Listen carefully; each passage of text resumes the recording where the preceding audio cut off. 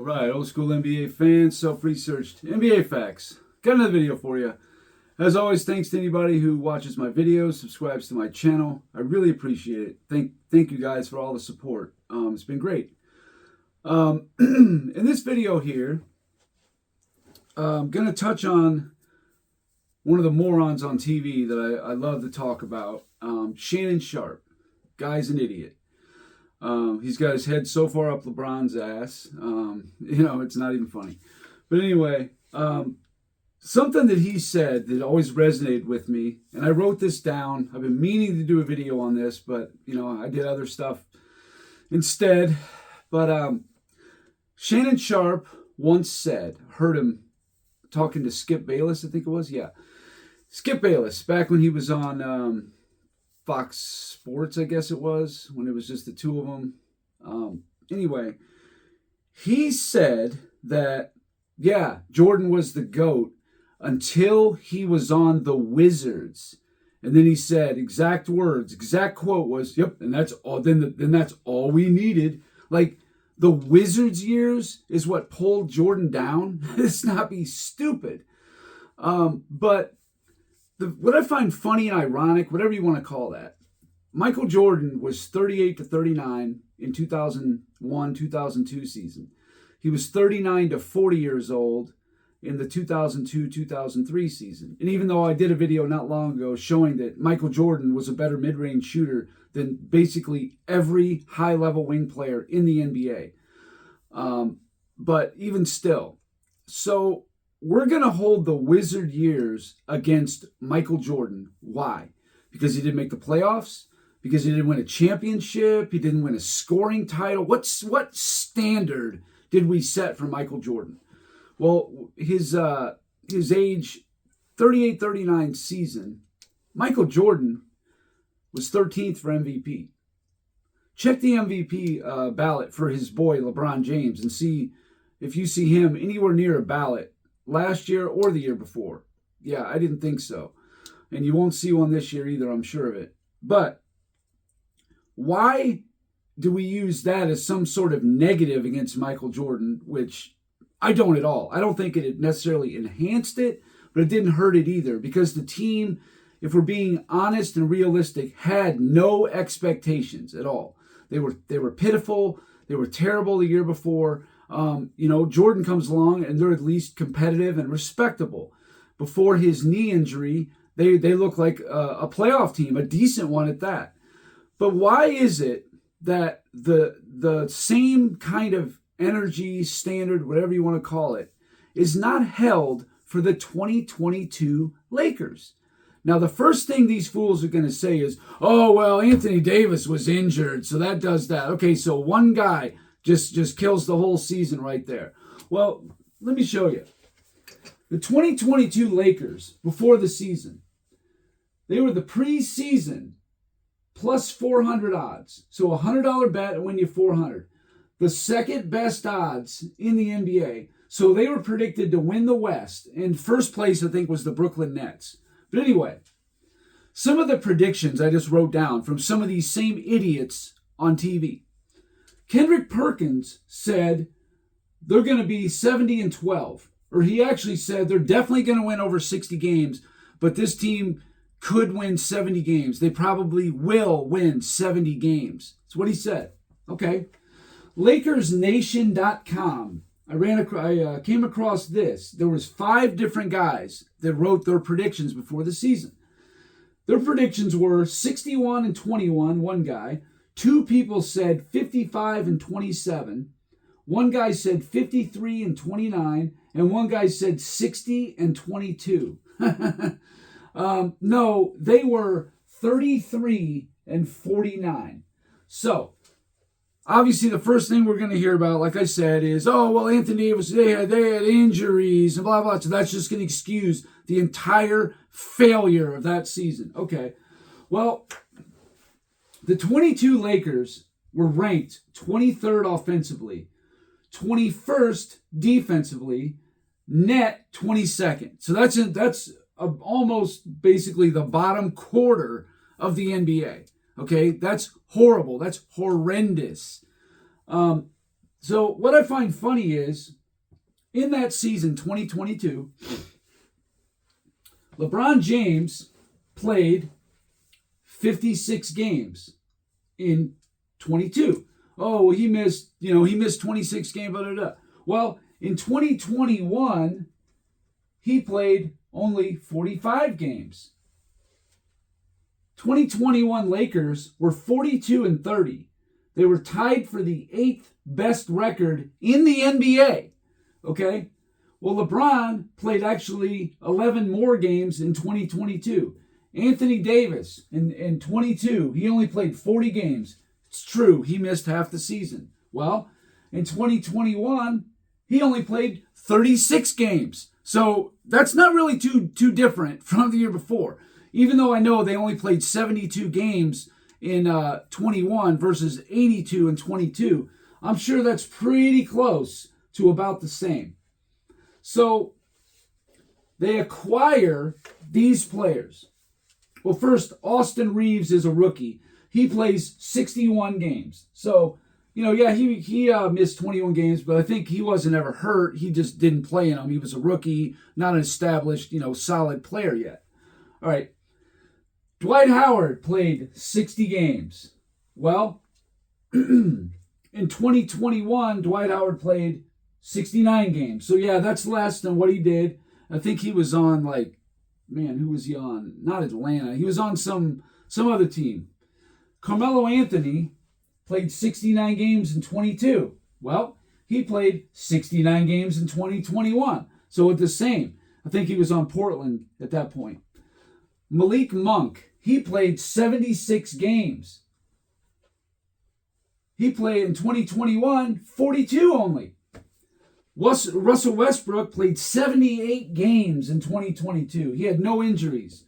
In 21, Russell Westbrook, 65 games, much less. So pretty much every guy on this list, except for Dwight Howard, who played 9 less games than the year before, and Carmelo Anthony was even. Every guy played more games than they did in 2021.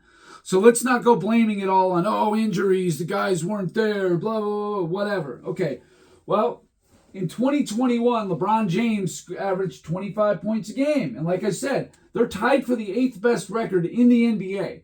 They're not 33-49, as pitiful as that is. But in 22, LeBron James averages 30.3. That's 5 extra points. Anthony Davis goes from 21.8 to 23.2. That's a point and a half more. Russell Westbrook, his numbers came down about 3.7 points. And this is the most telling thing right here. Russell Westbrook in 2021 averaged 11.7 assists. That led the NBA. That's the most assists per game in the 21st century. Now, if LeBron James does not know how to harness that ability, instead of Russell Westbrook chucking up a bunch of three-pointers that is not his game, that's on LeBron. But Westbrook was only getting 7.1. That's 4.5 less assists per game. Now, I understand he was stat padding and all that. I get that. He was. I think he was on Washington. I'm sure he was. But still, this guy can dish out almost 12 assists a game, and now he's only getting 7. Obviously, it didn't mesh well. But still, all this firepower, regardless of the age, you see the expectations. Stephen A. Smith, he predicted Lakers, Nets in the finals. Stephen A. Smith. I saw the clip myself. Jalen Rose. Of course the Lakers should be favored. They're going to win the championship. Okay. Shannon Sharpe. LA's going to win it. Let's write it down. The date, 9/29/2021. Okay? I wrote it down, just like you said, Shannon. That's what he said. Well, they fell hilariously short of that. And you want to blame it on injuries and all that stuff, that's fine. But here's a team that went out and signed the leader in assists per game in the NBA, 22.2 points a game. Okay? You get Malik Monk, a solid player. He gave you almost 14 a game. That's like your number 4 or 5 guy. You get Carmelo Anthony giving you 13.3 points a game. I mean, that should be a pretty solid nucleus of a team. The fact that it didn't work, didn't mesh, whatever, again, falls right here. The leader, LeBron James. He's the guy who has to make it work. Just like in 2011. Oh, well, we weren't sure who the leader was, whose team it was in crunch time. You need to figure it out and make it work. If you got to play off ball and Dwayne Wade's killing it, giving you 25 points a game, then that's what you need to do. That's just bullshit excuses. Sorry, it's not going to fly. But you're going to try to hold Michael Jordan's Wizards years against him? What a joke. In 2002, the Wizards, they were 37-45, okay? And as you can see, that's better than what the 2022 Lakers was. Better. All right? So Michael Jordan averaged 22.9 points per game, and he played 60 games. So he missed a quarter of the season. All right? He missed almost as many as LeBron did. He played 4 more games. Now, 7 of those games was after Jordan got hurt. He gets hurt, and then he missed a chunk of about 8 games. He comes back and tries to play, just whatever you want to call it, heart, determination, doesn't want to let the fans down, the team down, whatever you want to call it. He plays 7 games, and obviously nowhere near what he was, even in that season. So, actually, before the injury, Michael Jordan was averaging 24.3 points a game. I mean, that's outstanding for a 38, 39-year-old player. Outstanding. But because he came back and played those 7 games, it lowered his point per game average down 1.5 points. Okay, fine. That's whatever. That's no problem. Well, the other guy that missed some games, the number 2 scorer, Richard Hamilton, he averaged 20 points a game. Well, he missed 19 games himself. Is there going to be any pass for that? The only guys who were actually there was Christian Laettner, and I think the guy's name was Chris Whitney, if I remember right. I think he was the center. They had Popeye Jones. I mean, come on, this team was full of bums. Like I said, I think it was either last or dead last in defensive rating in 2001. They then get rid of their best player, Juwan Howard. He's gone. The only real addition is Michael Jordan. That's it. And they go from that down to middle of the pack. I think they were 12th in defensive rating. He changed the culture and turned the team in the right direction that much. And he's an old man, a serious knee injury that, kept him out of the rest of the season, knocked him out of playoff contention and all that. They were headed for the playoffs. But this is what happened. This is not some kind of a disappointment or letdown. It just, it's a circumstance. It happens. But if you're going to hold it against the Wizards in 2002 for what happened, the injuries and the team was, dog shit to begin with. These guys go out and add, and they're braggadocio. Dwight Howard saying, oh, we got all kinds of goats on this team. I mean, they're thinking they got this thing wrapped up, and they didn't. They got crushed. All these talking heads on TV making all this money, know what they're doing, right? Know what they're talking about, right? Every one of these guys couldn't have been more wrong. And the injuries, sure, they happened, but if you look, Austin Reeves, Dwight Howard, Carmelo Anthony, Malik Monk, Russell Westbrook, LeBron James, all of them played at least 56 games between them. I mean, each one. Anthony Davis only played 40. That's true. But when LeBron James and Anthony Davis, the year before, playing less games, 11 less for LeBron and 4 less for AD, they're 42-30. The difference is they had now forgive me, I'm not as versed on the modern NBA as some of you guys are, but I think it was Alex Caruso, Caldwell Pope, what's the other guy's name? Dennis Schroeder, I think it was, Andre Drummond. They had all these guys, pretty solid team. They go 42-30. The Lakers are up 2-1 in the first round, and they end up getting beat. I think Anthony Davis missed the last game or something. Of course, the AD was hurt. What do you expect? It's yeah, one game, but you guys were up 2-1. So I don't want to hear that. But besides that, they went out and spent all this money on these guys, and you can say, oh, they're past their prime. Dwight Howard probably was past his prime. He was. He was in his twilight, no doubt about it. In fact, I think that was his last season. But Malik Monk wasn't. Russell Westbrook's not washed. The guy just was giving you 22.2 and 11.7. Hell, he was giving you 18.5, and he's what, your third best player? Carmelo Anthony's giving you 13.3. That's right in line with what he did on Portland the year before. Right in line with it. He's what, a tenth of a point less. Played the exact same amount of games. So Carmelo Anthony gave you exactly what you expected. And I'm sure Monk did too. Westbrook didn't. He didn't shoot very well, but he was also not playing the position he was used to. He was basically your two guard. That was a huge mistake. But LeBron does not know how to play off ball. And Westbrook took the whole blame. LeBron had no problem shifting it on him, on Frank Vogel, on whoever. We're going to shift the blame. That's how it works. But the fact is, if you're going to try to do something stupid, like hold the 0-2 Wizards, and 0-3 Wizards too, I guess, against Michael Jordan, 37-45 team that had one serviceable player in Richard Hamilton, and the next year it would have been Jerry Stackhouse. That's it on the whole freaking team. And they still went 37-45 both years, and the Lakers had a worse record, and they had all this. That's what, 4 top 75 players, 5 Hall of Famers, the whole gambit. And they weren't that injured. Like I said, Anthony Davis missed half the season. Okay, him, yeah. But the rest of these guys, no. You just didn't know how to make it work, LeBron. And you, Shannon Sharpe, you piece of trash, you're the one who constantly gives this guy a pass, and you nitpick the crap out of Michael Jordan. And the only reason it pisses me off is because you have this big platform, and these idiots get on here, and they recite it. They parrot this stuff as if it's gospel, and it's not. It's ridiculous. It's stupid. Are you really going to put the 0-2 and 0-3 Wizards in any light at all? To me, it didn't enhance it, and it didn't hurt it. It was old man Michael Jordan.